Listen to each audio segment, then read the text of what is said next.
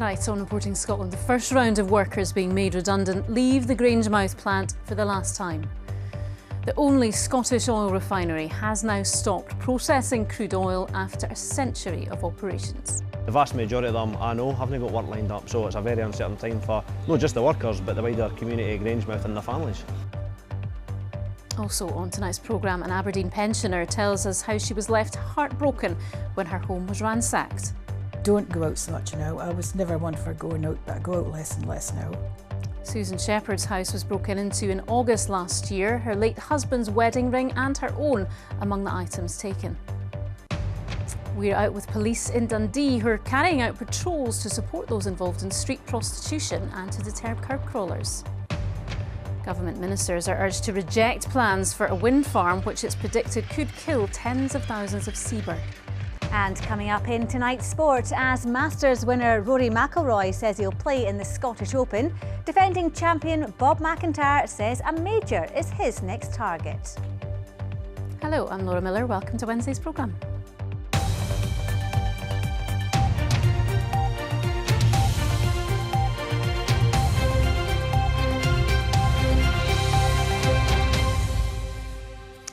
It is the end of an era. Today, the first round of workers losing their jobs at Grangemouth left the plant for the very last time. After 100 years in operation, the oil refinery is no more. Yesterday, owners Beonia announced it was no longer processing crude oil.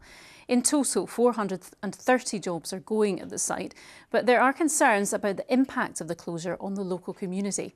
At Holyrood, the Deputy First Minister said real progress is being made in securing the future of the site. But opposition parties said the SNP can't escape responsibility by pointing fingers at Westminster. We'll get some analysis on that in just a moment. But first, here's our business correspondent, David Henderson. For decades, Grangemouth Refinery has looked as it did today, steam rising from this vast industrial site. But looks can deceive. It's no longer processing crude oil, and that spells the end for hundreds of jobs. Well, today there'll be a first batch of redundancies, and that therefore means there'll be workers leave Grangemouth for the last time. The vast majority of them, I know, haven't got work lined up, so it's a very uncertain time for not just the workers but the wider community of Grangemouth and their families. There's been a refinery here for about a century, but now its work has been brought to a halt, and what takes its place is a mere distribution hub for fuel that's been refined thousands of miles away. In Grangemouth, there's concern at the loss of jobs on this scale and the impact that could have here. They do come here quite a lot for their lunch, as in for birthdays, retirements, leaving dues, new people joining them. We had a table in the day from Ineos, Petro Ineos, and it was our farewell lunch because a lot of them were leaving today, so we will lose a wee bit of trade from it. A plan's being developed by the UK and Scottish governments to turn this refinery site into a hub for green energy, but that would cost a lot and take years. UK ministers highlight plans to invest £200 million in the future of the site, but that didn't halt the blame game at Holyrood today. We have continually called on the UK government to do more, to intervene and to stop this needless act of economic vandalism. If they can intervene at Scunthorpe, then it is surely necessary in Grangemouth. The SNP government cannot escape responsibility by pointing fingers at Westminster. This is the result of years of mixed messages and ideological hostility to Scotland's oil and gas industry. What then for Grangemouth? Many here rely on industry that's based in this town. This community volunteer told me he's worried for the future. It'll obviously put strain on the strenuous times that businesses are having in the community, and then people, if they've bought houses just to work at that plant, will start moving away. So we will see the degeneration of the area. And all this investment, I don't know where it's going, but it's certainly not in my pocket or this community hall's pocket. MSPs were told today that progress was being made towards a green future for this refinery site. That won't stop this round of job losses, but it might bear fruit in the years to come. David Henderson, Reporting Scotland, Grangemouth. Well, as we saw there, the political fallout from all of this is ongoing, but there was also an update about what happens next. Our political correspondent Phil Sim is at Holyrood for us. What details did we get then, Phil, about the future of Grangemouth?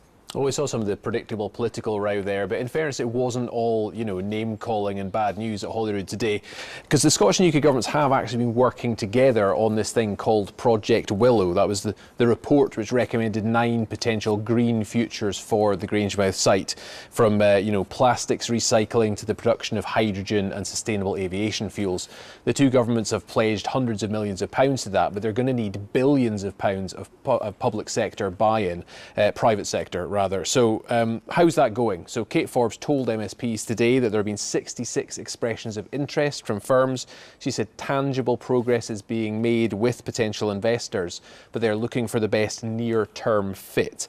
Obviously, that's not going to offer much comfort to the workers who are packing up their things today, but there is at least some talk of job creation in future, and that, beyond all of the political rhetoric, is something that which we can look to scrutinise and basically judge the performance of our governments on in future. OK, Phil at Holyrood, thank you.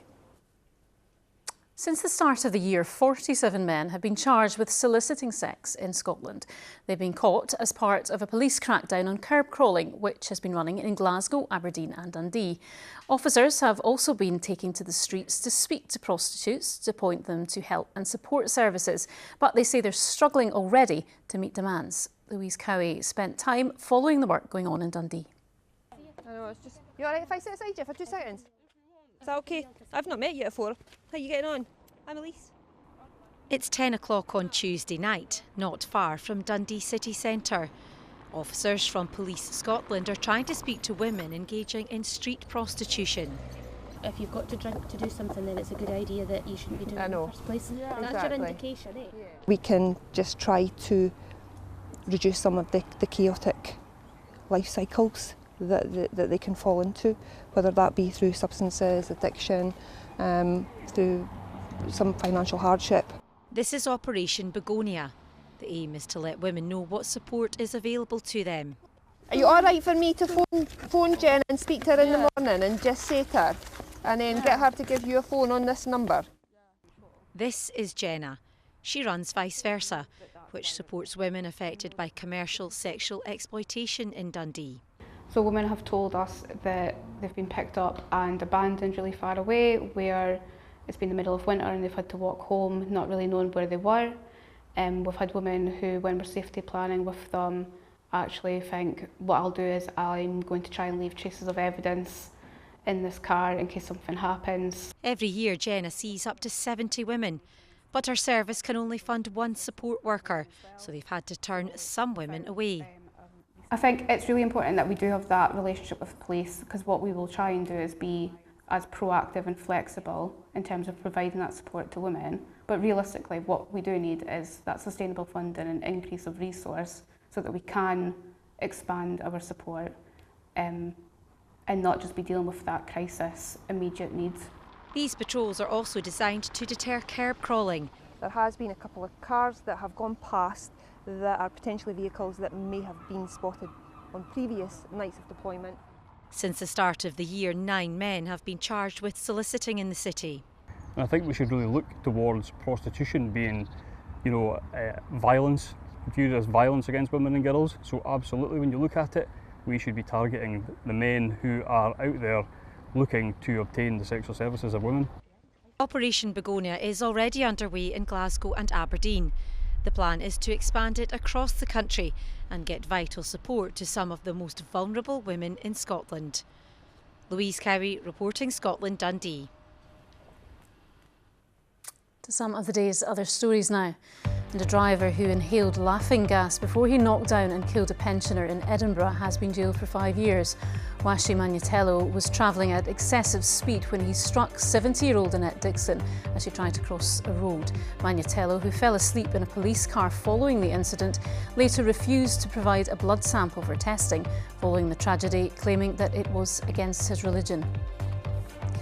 Construction work is now fully underway on the next stage of the A9 Dueling programme between Inverness and Perth.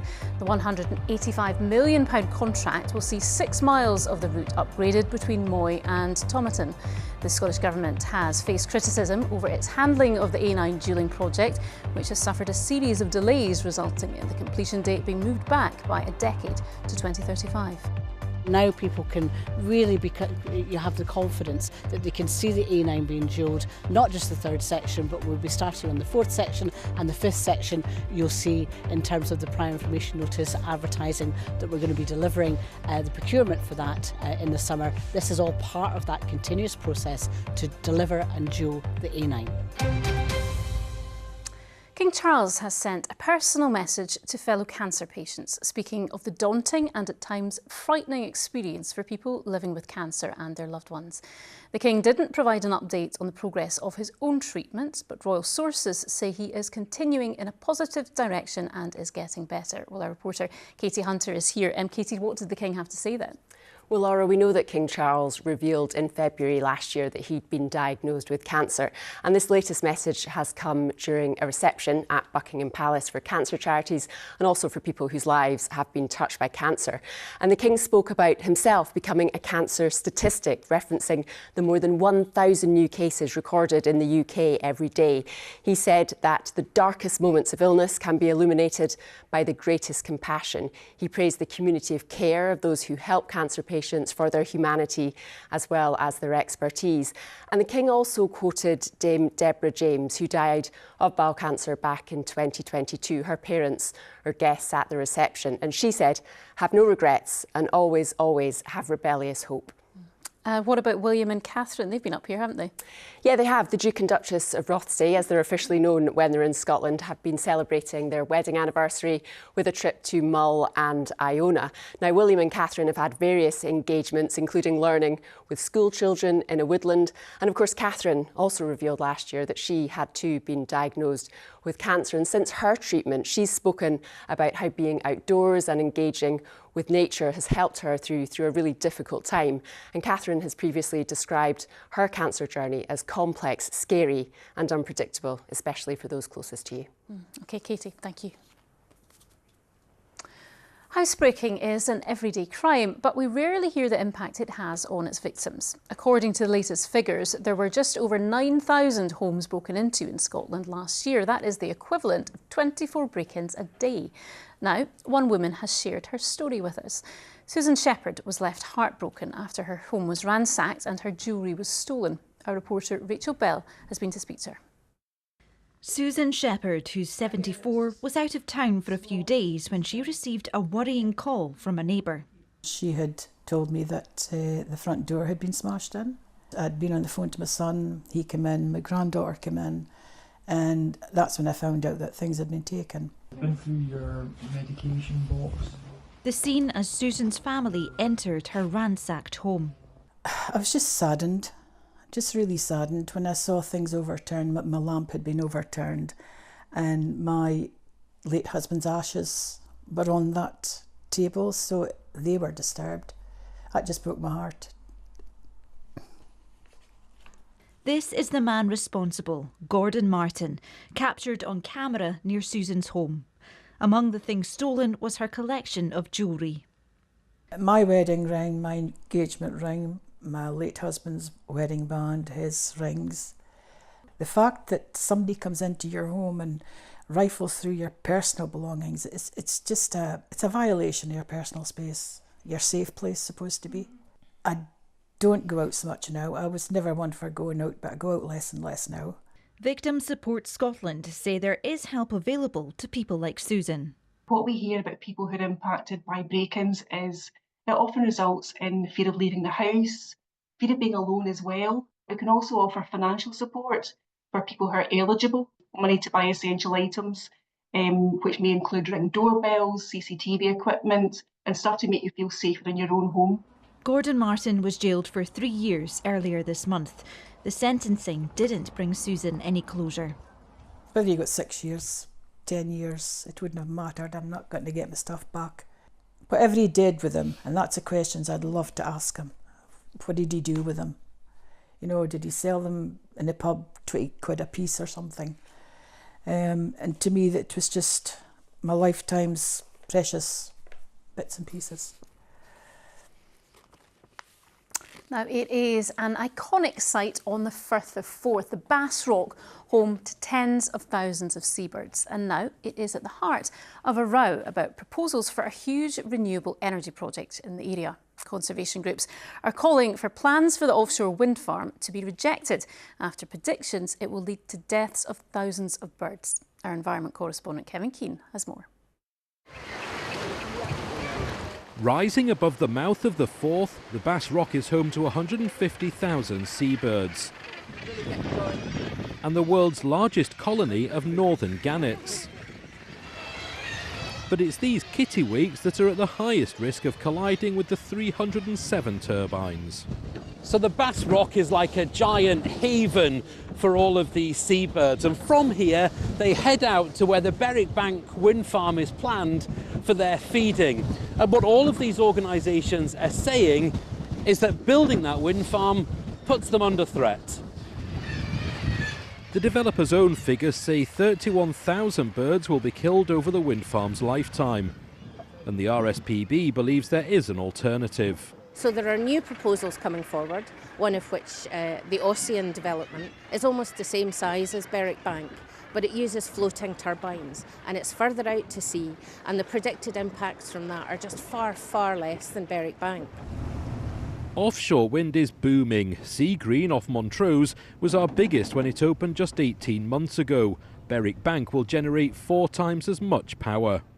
The developer SSE says the UN has already warned the world could warm by a massive 3.1 Celsius this century without greater action. Developing a world-leading offshore wind industry with projects of the scale and ambition of Berwick Bank is a key part of combating the catastrophic consequences of that. But we live in one of the most nature-depleted countries in the world, and seabird numbers have fallen by about 70%. The National Trust for Scotland says we can't pit climate against nature. Given these populations under stress, they're not very productive. It takes, it takes years before a breeding pair actually produces a chick. So that chick dies, that's years again before there's another chick to take up the place. So for some of the species, it's going to be a very significant impact. None of the letter's signatories are opposed to the principle of offshore wind, but they think here is entirely the wrong place. The Scottish Government says it can't comment on a live consenting application. Kevin Keane reporting Scotland, the Bass Rock. OK, let's get tonight's sport now with Sheila and some golfing royalty coming to Scotland, yes, really. Good weather must be. It's nearly time for Scottish golf. Hello there. The man who won the highly sought-after green jacket at the Masters, Rory McIlroy, has confirmed he'll play at the Scottish Open in July at the Renaissance in East Lothian, saying he hopes to keep the momentum going after he finally completed the Grand Slam of major wins. On this 18th hole back in 2023, McIlroy pipped home favourite Robert McIntyre to the Scottish Open title before the Scot went on to win the tournament himself last year. Speaking from the United States, the Open player outlined the next target he wants to tick off his list. I feel like my game's in good enough shape that I can win majors. It's just about now putting yourself in that position, having your game peak at one of them 4 events. And if it does that, then you're in with a chance. John Higgins will have to wait another year at least to win his 5th World Snooker Championship crown after he lost a nail-biting quarter-final against Mark Williams at the Crucible in Sheffield. Williams won the first 4 frames of the morning session to take a 12-8 lead, but Wishaw's Higgins fought back to 12-all and just needed to pot the blue to make victory all but certain. The ball didn't drop and Williams cleared up to set up a semi-final against Luca Brissell or Judd Trump. Relief then for the Welshman Williams, but a missed opportunity for Higgins. I had the chance here on the blue, didn't I? It was difficult. God, you're struggling to see pockets at that point of the game, really. And, but he potted a great blue, pink and black, so every credit to him. There's no better place to play when you win or lose, really. Now, even when I've lost, it's heartbreaking. I just kept playing Tom Jones, Delilah and A Boy From Nowhere. I did over and over this morning as I was getting ready, just to try and, because I was like knackered, I got to be honest. And in the dressing room, I was still playing and singing them 2 songs over and over. Obviously, one's my walkout song, just to try and stay with it, you know, because it's tough out there, especially the older you get. Football now, and Aberdeen have secured an allocation of 20,000 tickets for next month's Scottish Cup final against Celtic at Hampden. The Dons, who beat Hearts in the semis, say it's the largest allocation they've received for a final in recent years. And the Pittodrie club have agreed to underwrite the cost of any unsold tickets. The showpiece is on Saturday the 24th of May. Aberdeen last won the Scottish Cup in 1990. Meanwhile, you can watch the Scottish Youth Cup final between Dundee and Kilmarnock on the BBC Scotland channel this evening. Now, the championship title race reaches its conclusion on Friday evening, with leaders Falkirk hosting Hamilton and chasers Livingston, second only on goal difference, at home to Partick Thistle. Falkirk have drawn 1 and then lost 2 of their last 3 games, while Livy have won 4 on the trot. And while the odds probably still favour the Bairns clinching the title and automatic promotion, the Livy manager isn't giving up hope. That's 5 games we've lost all in all. Falkirk are now sitting on 7. If you'd say to me Falkirk are going to lose 2 games back to back, I probably wouldn't have seen that coming. Now that it's happened, you need to lose 3 games back to back, and is that a possibility? I think it is. We've only lost 5 games this year, and we lost 3 games back to back. So it can happen to the best of us, because we're up there and it's happened to us. Now, it's a busy night in the Scottish Women's Premier League, with the top 3 of Hibernian, Rangers and Glasgow City all involved as the title race intensifies in the remaining 5 rounds of fixtures. Well, Jane Lewis is at Ibrox with more details. Well, this could be a significant midweek card in the SWPL. It's so tight at the top, only 3 points separating the top 3 sides. Leaders Hibs take on Motherwell this evening. Here at Ibrox, it's Rangers against Glasgow City, and with only 1 point separating the sides, then both sides will be looking to steal a march on each other. Elsewhere in the top 6, will last season's champions Celtic take on Hearts. Both sides are 8 points off top spot, so they both know that a win this evening could get either of them back among the mix in terms of the title race. At the bottom, well, we already know that Dundee United and Queen's Park have been relegated. Montrose, though, are fighting on. This evening, they take on Queen's Park. Things are getting exciting in the SWPL. It's certainly turning out to be an intriguing season, and after tonight, there will be 4 rounds left. Plenty to play for at the top and bottom. Big night, of course, in the SWPL. Finally, to basketball, and Caledonia Gladiators women's team are hoping to move closer to only their 2nd trophy ever, as captain Erin McGarrigan and the team prepare for their Super League playoff quarter-final against Manchester in East Kilbride this weekend. Scotland's most decorated female player retires at the end of this season. I spoke to her earlier and started off by asking her what it would mean to sign off by clinching this title. Oh, it would be up there, I think, on the pinnacle. It would be a full circle moment. Just one of those, you know, you can write a book about it type moments where I've came right back to where I started and I finished it off with a championship trophy. It would be really good. I think it's well within our ability and well within reason, and that's what we're striving for. And you can hear lots more from that interview with Erin McGarrigan on this News at 7. Yes. News at 7 coming up in just a few minutes. Okay, tell the truth now, were you standing on a box while you were doing that interview? No. Did you notice the eye line there? She was sitting down though, right? Thank you, Sheila. Now it is Wednesday night, so that means it is debate night. Here is Stephen Jardine with the details. Debate night is in Glasgow this evening. Our studio audience here tonight will put their questions to Fulton McGregor from the SNP, Paul O'Kane from Scottish Labour, Sandesh Gohani from the Scottish Conservatives, journalist Katrina Stewart and the lead singer of indie band Bell and Sebastian, Stuart Murdoch. Make sure you join us for debate night on the BBC Scotland channel. It's 9:30 this evening. And now Christopher is here with the weather. You must love your job in days like today. Yeah, it's not often that everyone's happy to see you, has to be said. Warmest day of the year, right? Yes, indeed. 24.4 degrees at Aboyne in Aberdeenshire, but many areas seeing blue sky and sunshine. There were a few showers around across parts of Caithness and Sutherland, but actually this part of the country tomorrow could be up to 10 degrees colder than what we saw today. What's happening? Yes, we're seeing a dramatic drop in temperatures for many parts of the country. So if you enjoyed the heat, hopefully you made the most of it, because it will be cooler through the course of tomorrow and into the weekend. And we could even see some snow showers on Sunday. No, that's just getting ridiculous. On the tops of the mountains only. Okay, Thanks very much thank you. indeed. Good evening to you. Yes, we had a lovely day of weather across much of the country. Sunshine and blue sky, as I mentioned there to Laura. 24.4 degrees was the hot spot at Beonia in Aberdeenshire, making it the warmest day of the year so far here in Scotland. So some pleasant evening sunshine across the board, and then overnight tonight, weather fronts bringing cloud and some showery outbreaks of rain, initially across the northwest and then moving south and east. Perhaps even the odd rumble of thunder in the mix with that as well. Temperatures in towns and cities 7 to 10 Celsius. Now today's warmth all courtesy of high pressure, but that has declined by tomorrow. Low pressure to our north, and we've changed the wind direction to a west-northwesterly.